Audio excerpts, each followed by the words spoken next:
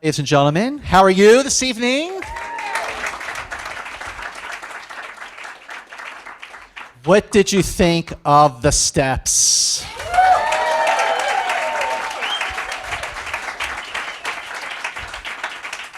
What is it about family that's just ripe, and I mean ripe, for good material? We're going to find out tonight with the cast of The Steps. Please welcome Jason Ritter,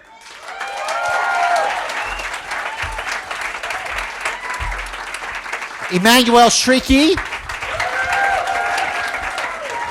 Benjamin Arthur, and Christine Lahti.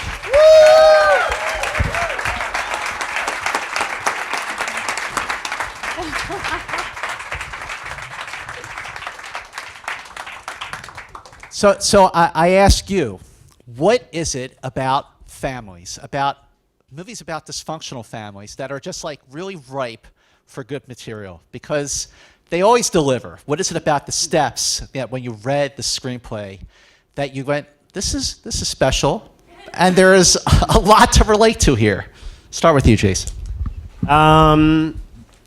Well, I think one of the things that one of the reasons that movies about dysfunctional families hit home is that everyone has one, and if you don't, yeah, right. I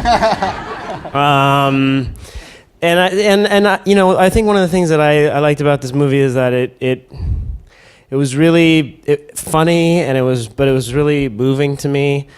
I also liked the idea that when we find out about Sherry's past, it's sort of like, we really judge her, but that, I don't know, I like that we looked at a person who had gone through that and had, and the human side of that. The pornography industry is one that just chews people up and spits people out, and so it's sort of interesting to go, yeah, they continue living their lives, and I don't know, I thought that was interesting, and I liked the journey that our father takes when he finds out, and then remembers that he loves her no matter what. I did not see that coming, by the way, but it was a good twist. What is it about these sort of movies that, again, that's something that you were drawn to, but also felt different from other dysfunctional family movies we might have seen in the past? I really liked that, we sort of open the film and there's this lack of connection just across the board, and I feel like the one thing that we aim to have in life is connection, at the very least to our families. And so you kind of see this family that is just disconnected, and what is it going to take to find common ground again, and I think it's just a beautiful story of that. This, it's comedic, it's heartbreaking, it's it's all of those things, and it really takes you on a journey and to finally get connected. And like, what does it take? And you got to go deep and really look at all your bleep. You could say it. We're grown-ups. Yeah. But yeah, so that really resonated to me, for sure. How about you, Ben? They took all the good answers. I don't know. I think, we can all relate. Everyone knows a character like David. Everybody, I don't know. For me, it was just the bond that the entire cast had. Kind of felt like, we spent a month together. It kind of felt like what happens when you do start to love your family. And we don't always love our family immediately. Everyone has flaws, and it's about accepting the flaws and about accepting everyone's differences. And yeah, that's what I liked. And to play Sherry is such a fully realized character. You look like you had a ball playing Sherry in this movie, not just with the cast, but with James Brolin, who, by the way, has the best head of hair. Damn it. Man, well, I would kill for that head of hair. What is it like working not just with this great cast, but with James Brolin? All of you. But let's start with you, Christine. Well, he's really cute. Yeah, so I love this cast. We bonded, as Ben was saying. It never stopped snowing. I was there for 2 weeks, and we were living in little cabins in the woods, and it never ever stopped snowing. They called snow day, or there was a blizzard a couple of times. We had to stop shooting, so we had nothing to do but hang out with each other. And I read this script, and I come from a really fucked up family. So this, to me, was, this family was really kind of tame from my perspective. I also I've never been asked to play ex-porn star before. And I like that. I did. I mean, I personally, I will admit to judging women who have done porn, and I played this character, and I realized that, and I should have known better not to judge that, because a lot of women don't have many opportunities, and this working class woman, Sherry, had to support and raise 3 kids on her own, and that was one of very few options that she had. So I grew to really love her and everybody in it, and anyway, I had a blast, and that's all I have to say right now. I wanted to ask you, because I know that you were kind of stuck together, literally, because that was not called for. I mean, it snowed pretty bad, and that wasn't written now, was it? What happened there? Well, sorry, I learned while we're in Canada that we were in a snow belt. Perry Sound. Perry Sound is in a snow belt. So while we were in literally a blizzard, an hour and a half away in Toronto, it was just a normal winter day. and they had to cancel production. It was unbelievable. Jason and I had to pull over to a Tim Hortons. This cannot get more Canadian. So we pulled over to a Tim Horton for 4 hours because we weren't allowed on the roads and production was closed down. And I think I said to myself 15 times, I was like, I have never had a snow day from work. Yeah, it was bananas, but we had a great time. We did have a great time. It was kind of like a Twilight Zone episode for a minute, because we were in a complete whiteout. So even though we were in a Tim Hortons in a sort of strip mall, it was only 3.5, 4 hours in when we were like, oh my God, there's a store right over there. But before that, it felt like it was the Tim Hortons at the end of the earth. I mean, it just was like there was nothing outside. And I started to sort of calculate how much food there was in the thing and how many people there were, and when it would all start to devolve, maybe in a week, fighting and starving. Yeah, anyway. That does sound like a Twilight Zone episode, actually. Yeah. But I mean, you spent time together. I mean, one thing that I got from the movie, because I saw it in Toronto, and I just saw it again, is the camaraderie, the chemistry. You really feel like your family, and I feel like what happened off screen showed up on the screen.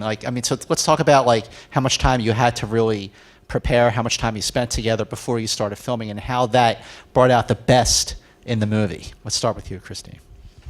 I'm a big believer in rehearsal. I got that, I guess, mostly from Sidney Lumet, who gave us 2 weeks of rehearsal, and by the end of the 2 weeks, we were all off book, and we got to run through it completely, so you really had a sense of your arc and your journey, and it was phenomenal. So we rehearsed, and I felt like I was the one that kind of led that charge. Thank God. Well, yeah, I mean, I just love it. And not everybody in the cast loved it, by the way.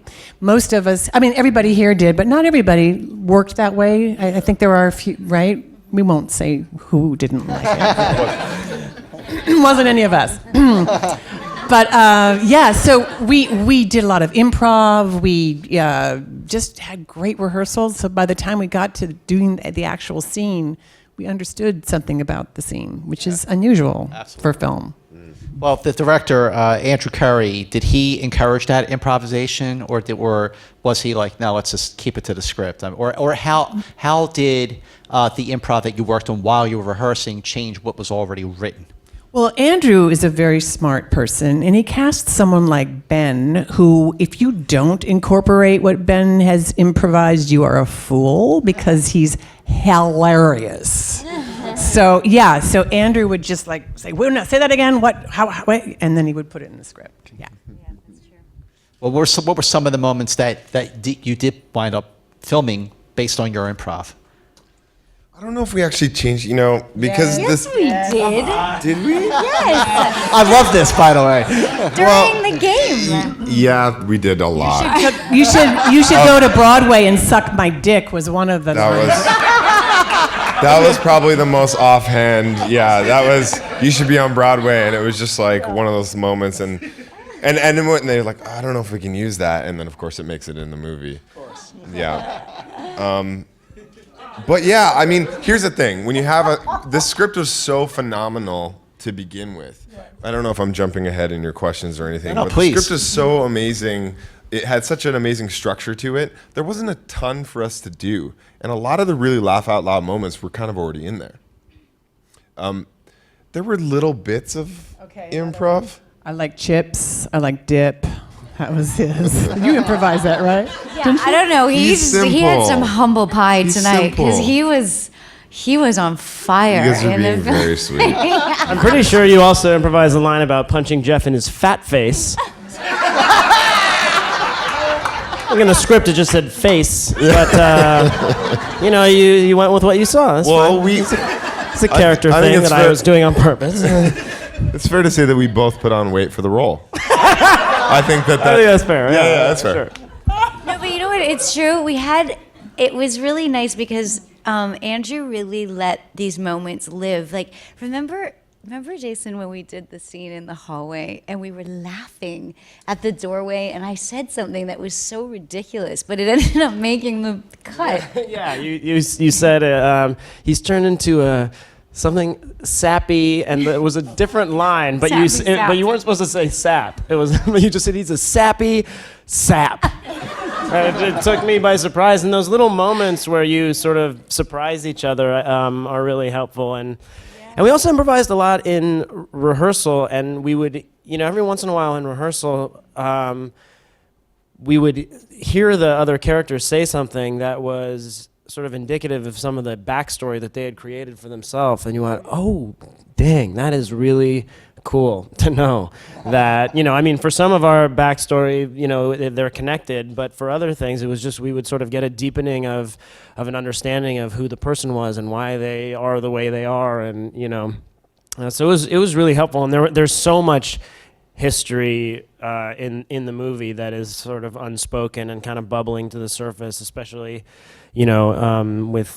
between Jeff and Marla and their father. There's this tension, and so we tried to make it as specific as possible to so that we knew what we were angry about and not just generally pouty about dad.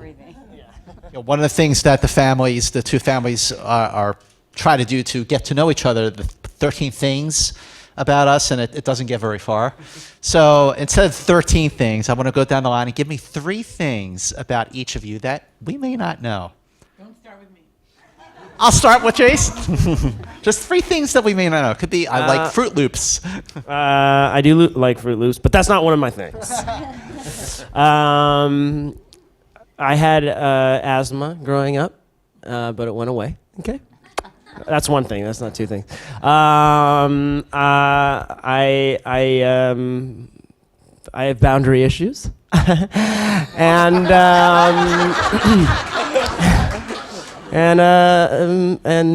let's see what the third one. Let's just get personal.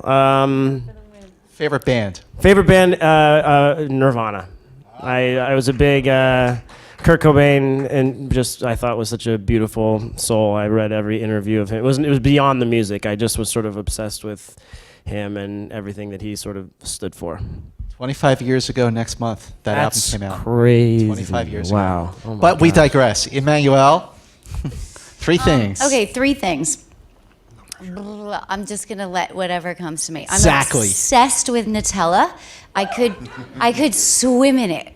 Like I could. Really hard. It would be so good. I always travel with a pillow, even if it's for one night. Oh yeah, you do. You do know that. At the pillow in Toronto. Of course. Of course, yeah. Oh yeah, 100%. And then let's see. The last one is that I'm addicted to chapstick. Aren't we all? Who isn't? All right. Yeah. Ben, 3 things. God. I'm from a really small town in northern British Columbia. It's 12,000 people. Yeah, I know this character. Like, you have no idea. I like dogs better than people. Everybody's shaking their heads. Chips and dip. What else? I feel very blessed to be a part of this. Aw. Me too. All right, Christine, it's your turn. 3 things. I like chips. I like dip. No, okay. Let's see. So I've been married for 35 years. 35?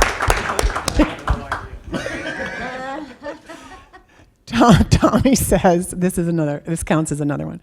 Tommy says we've been married for 10 because the other 20 he's been waiting for me.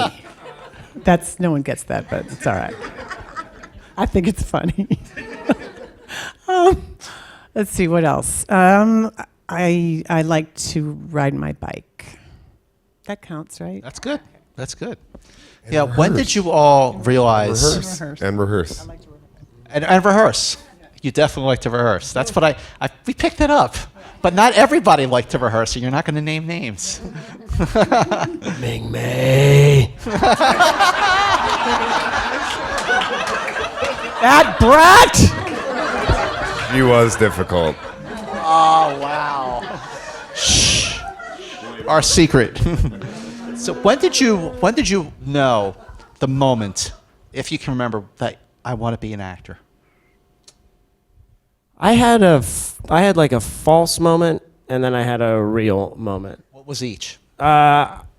The false moment was just sort of, I remember being a kid, and I grew up out here, and we would all go to this. There was like a sort of obsession in my elementary school. We all wanted to like do plays and do all this stuff, and I had so much fun, and I loved it. And then when I got to be a teenager, I started to sort of suspect that maybe I didn't really like being an actor. Maybe I just liked people clapping and like, looking at me. Yeah. So I started to question. I went, oh man, as I became a teenager and the thought of people looking at me at all was terrifying and a horrible nightmare. I thought that was not true. And then I got a tiny little part in a fundraiser for the high school that I went to. And when we were rehearsing and when we were like, and I had 3 lines, I came in at the very end of the scene and just like trying to figure out where I could maybe add something or do a little joke in between the 3 or what the best way was. I had so much fun in every step of that process, and then being backstage and being nervous and going out there, that I remembered that I sort of reaffirmed for me that I did actually like the thing and not anything that could or could not come from it potentially. I knew that I could be happy if I just was able to like do this part in any capacity. And so that sort of relaxed me about it, and that was the moment, I think. That was a journey then. That was a real journey. Wow. Yeah. That's a hell of a journey. Emmanuelle, how about you? I would say that quite young. I mean, like, I was that kid that at 3, 4 years old, if there was like a family function, I would be like dancing for the adults. I was like the little ham. But then, and if you had asked me when I was that young, I was like, I'm gonna be an actor, a singer, a dancer, an artist. Like, I was just gonna do it all. And then when I was 7, I did a play for the first time, and that was it, hook, line, and sinker. And to sort of bring it full circle about family, about connection, was doing a play and sort of experiencing the theater and the theater family, I was like, this has to be a part of my life. Like, and it's kind of that thing that's always kept me going, and it repeats itself. And, even in Perry Sound, I feel like we had that. We created that family, and it's always, even in the toughest of times and the most challenging of times, and we had challenging times up in Perry Sound, for sure. But just to be able to rely on each other, on this family, it was like, yeah, this is part of the magic, Ben. I also just want to add to that. The thing was we were staying at a place called the Tapatoo Resort. The Grand Tapatoo. The Grand Resort. Tapatoo. The Crapapoo is what we started calling it after a while. But Grand Crapapoo. The steaming grand. But even if we did hate each other, we had no choice because there was one restaurant, one bar, and then one group of like hallways where everyone's kind of staying. It was like we kind of were forced, and we had, thank God, they're all decent human beings. You know what I mean? Like, thank God everyone's fantastic and we all got along. What was the question? The other? Oh, yeah. What was the moment? The moment that you Yeah, I decided? wanted to be a garbage man, and then I wanted to be a marine biologist. I don't even think acting was a thing, but I think the minute that I realized, or my parents knew that it was going to be a thing for me, was that we were shopping in the there's 2 grocery stores in my hometown, and everyone kind of knows each other, and I'm like 7, maybe 8 years old, and I'm in the grocery store with my mom, and she's pushing me around and all this stuff, and this old Portuguese woman comes up, and my mom knows everybody, right? Everyone knows each other. 12,000 people. It's a very small town, and this woman comes up to me, and she knows my name, and she starts talking to me, and then my mother kind of stops what she's doing, and she comes over, and she's like, "How do you know my son?" And she goes, "Oh, I work at the school." And she goes, "Oh, great. What do you do?" And she said, "I'm the janitor." And then she said, "Okay." And she's like, "Ben spends a lot of time in the hall." I never cared about school. I cared about making people laugh. And I would humiliate myself, and I would do ridiculous things just to get a laugh. And that, I think, was when I first knew that performance was a thing. But listen, I come from a place where this is not a trade. Like being a carpenter or a mechanic, that was a trade. I just kind of took a chance on it, and yeah, Good chance. kind of working. It's working out pretty well. Christine, that moment. I played a tree when I was in 5th grade, and that's when I knew. What was the play? I don't know. It was a play about a tree. That's how I felt. You have to make it about your character. I don't remember anybody else in it, but I was a damn good tree. That was a heck of a. Hopefully, there were no dogs in the play. What was the moment? Jumping ahead, when did you feel like you made it? Like, was there a moment, like on a set, or even just at a premiere, or any place where you just went, "I did it. I'm here. I'm doing it." Start with you, Christine. I mean, you mentioned Sidney Lumet, so I got the chills. Felt that moment yet. But I'm feeling really close to it. Now, the moment I felt, I guess, really just was when I got this movie called Housekeeping. That's when I went, I don't know. I wasn't making it. It was just getting a movie that meant that much to me was so profound. Wasn't making it. Movie didn't do well. I didn't make much money from it, but just artistically, creatively, I knew it was going to be really a rich experience. Ben, Right now? right This, now? yeah. I feel like I've kind of made it. What an honor. In a way. All right. I'm from a small town. It's small. How about you, Emmanuelle? God, I find that such a difficult question because, some days I feel like, God, the hustle is so real. And it's this constant ladder that you're just climbing and climbing and climbing and climbing. And then I think that when I allow myself a moment to just be grateful and present, there are so many moments. When I think about the people that I've gotten to work with, and I think I could say all these three, and then I look back on my resume and go, oh my God, and this person, and that person, and this person. But I think the biggest thing is to kind of be sitting here now and then kind of say, wow, I've been doing this for 20 years. That's cool. That's just cool. That's very cool. So that, yeah. So I'm gonna just live in that. I've been doing this for 20 years, and I'm still going strong. 40 years. Yeah. Yeah. Drop that mic. How about you, Jay?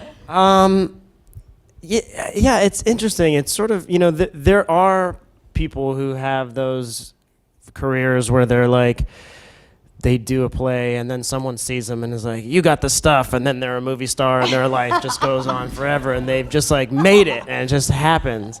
And I think I had sort of a similar thing with Emmanuelle, where it's just you all of a sudden realize that you haven't been kicked out yet.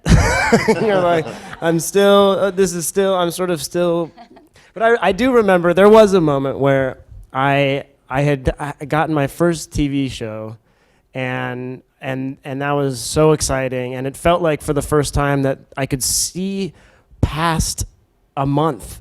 I could sort of, that was the craziest thing. I was like, oh, this is at least 6 or 7 months. I don't, who else, I don't know if, if it'll get picked up or anything. And I was walking around the 3rd Street Promenade, which is where I always walked around as a kid, and I noticed these 2 young ladies sort of looking at me and giggling and pointing, and eventually they came up to me and they went, we really like your show. And I went, oh my God, thank you so much. And they said, Boy Meets World has been one of our favorite. And it was just this funny moment because afterwards I was like, right, my show hasn't even started airing yet, but I was so excited.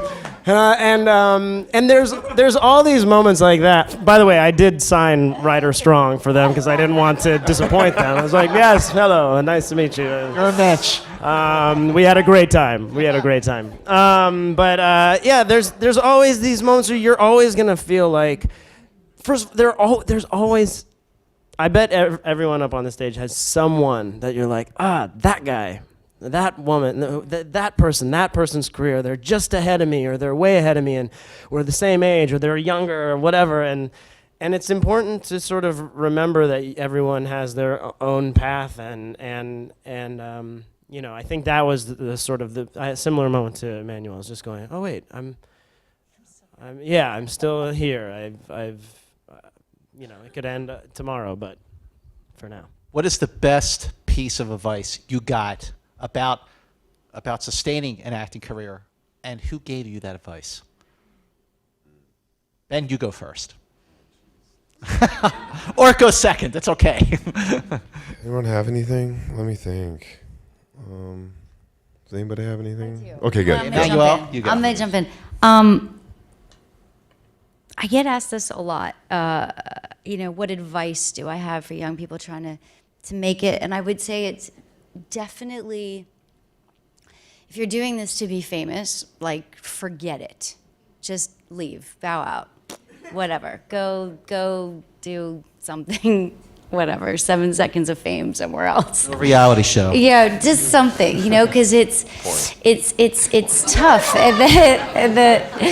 and the work is so profound, and it's so beautiful, and it's all of those things, and I think you just gotta. It's about perseverance, and it's about, you just can't imagine doing anything else, and really honoring, the art, the process. We have a responsibility to entertain people, and that is the priority, and I think everything else is just, and I think at this time that gets really diluted and it gets really lost. And I think that, who taught me that was probably my father, who he's no longer with us, but he was my hero in so many ways, and he really lived life to the fullest, and he had this joy about him always. And I remember wanting to quit a few times, a lot of times. And I would call my dad in tears, and I'd be like, "Daddy, I'm so ready to come home. I hate this. I can't take it anymore." And he would just be like, "Stick with it. It's all right. It's gonna be all right." It's like, you know what? You were born to do this. Just stick with it. And I think when your dad tells you that, usually a parent is like, "Yeah, come on, come home, go to law school." And so he allowed me to persevere, which was really nice. That's good advice. Yeah. Thank you, Jason. I think it was also from my dad. Stop copying me. Stop copying me. I think, one of the things that he told me was to be very careful in believing what other people say about you, bad or good. It was equally dangerous in his estimation. If someone's like, "You're the worst, you're terrible," you go, "Oh my God, am I?" And it can really cut you down. But it's also equally dangerous to be surrounded by people who are telling you you're the greatest thing in the entire world and you're the best. And it's very important to check in with yourself and check in with your friends and your family and people you trust, and maintain that sense of self, especially if your job is to continue portraying human beings and not egomaniacs or people who think nothing of themselves. If your job is generally to play people who are somewhere in between, it's important to remain in that center where you know who you are. Now you got an answer. Okay. Actually, it was an acting teacher, and it was a Meisner class, and I think it's a Meisner thing. Acting is in the doing creates the being, and the being, which is character. And that was a huge breakthrough for me, because I realized instead I was trying to always emulate other actors. When you're starting, you're always trying to emulate other people, and I just never was comfortable being me, and I'm goofy, and I'm all of these things. I'm sad. I can be angry, but I always was trying to emulate everyone, and that was just such an eye opener for me, because it was like, just bring yourself to it. Just allow yourself to just be the character. Just stop pushing, and it was a big eye opener for me. I don't know. Your turn. Yeah, I had a Meisner teacher, Bill Esper, tell me that same thing, just in terms of that there's a prism in all of us. Like, if you just sort of change the light, how it reflects, that you can get inside the skin of all kinds of people, because we have all those sides of ourselves within ourselves. And it sounds kind of acting 101, but it really did kind of like, oh yeah, if we have enough empathy, you could really understand all kinds of people. I also had a teacher in college who said in our acting class, it was the first year of a master's program, and this professor said, okay, first day of school, if there's anybody in this room that doesn't have to do this professionally, get out now. Oh. And I looked up, and that question had never been, I never thought about it that way. Of course I have to do it. But there were a lot of people that were looking up going, oh shit, maybe I don't really have to do this. So that was kind of a eye-opener for me, because I knew then that yes, I did. I was born having to do this for whatever reason, neurotic, maybe sometimes just to get the applause after a day of hard work. There's no other profession that people stand up and applaud when you're done with your job. It's kind of nice. Whether it's that reason or the more artistic reason, the creative reason. And then finally, I also had a mom and a dad who told me that if I worked hard enough, that I could do anything. And it was all about the hard work. That it was going to take a lot of hard work. So perseverance was just part of that. I want to open up to questions I got from the audience. So the first question is from Tony Brown. Tony Brown, are you here? Tony Brown. Let's give it up for Tony Brown, ladies and gentlemen. All right. Tony Brown has 2 questions. First question is for Christine Lahti. Actually, they're both for Christine Lahti. First question is, who were your influences? Second question is, will you direct me? So let's start with the first question. I didn't say me. I said, will you direct again? Oh, more. Will you direct more? Big difference. So, who were your influences? I really always loved Vanessa Redgrave. She was kind of my, I don't know, just, I loved her. And yes, I'm trying to direct again. I really love directing.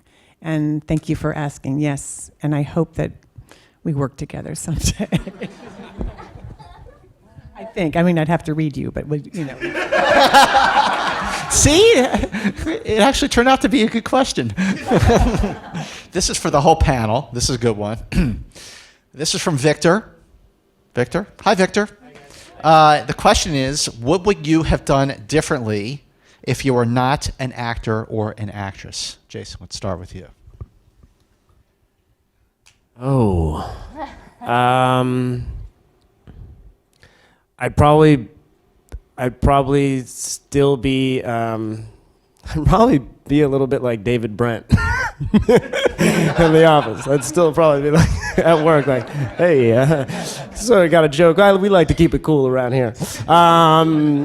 It's a tough question. I was really determined to do it no matter what. So I would have, even if I wasn't able to do it professionally and make a living from it, I would have found areas where I could do it. And I would have, I think I would have printed out a lot of flyers and been like, please come to my show, which I do anyway. I did last month when Christine and I did a play. But yeah, I would have made sure that whatever I did, I surrounded myself with people. It would have to be a job where I was talking to people, and because without them, it's scary. Your turn, Emmanuelle. I guess similar. I mean, I never had a backup. When Christine was just talking, and then Jason said this, I had a thought that triggered, which was David Mamet wrote a book called True and False. And like the first page of it, he basically says, if you have a backup plan, you're going to fall on your backup plan. And I remember that just, I was like, well, I don't have a backup plan then. But as life continued, I feel fortunate to be able to say that I act, but as well, I'm an activist, which I'm very passionate about. So there's other outlets of other things that interest me, but they really feed each other. One helps the other. If you were still in your town with 12,000 people, what would you be doing? Let's be honest. I'd be, working in a mill or building some pipeline to destroy the world. World's environment. I'd probably have 3-4 kids from a couple different wives if we got married. Might be an alcoholic. Definitely a drug problem. Glad the acting thing is working out for you. Christine, how about you? I don't think I didn't have a backup plan. Although, if I could have done it over again, I would have written, directed, produced, and I would have been a quadruple threat, which is what I try to teach all my students when I teach, which I also love to do. That you really have to generate your own work, especially I tell my female students that they have to do that. And then you can do it all, and you can, that's what I think it's important. Well, ladies and gentlemen, The Steps is on video on demand now. It's on DVD now. So make sure you do what people do these days when they want to spread word of mouth about a movie. They go on social media. So go on Twitter, go on Facebook, Instagram, Periscope. I don't know if you're still using MySpace, but whatever floats your boat. But thank you so much for joining us here today at The Thank Step. you. Thank you.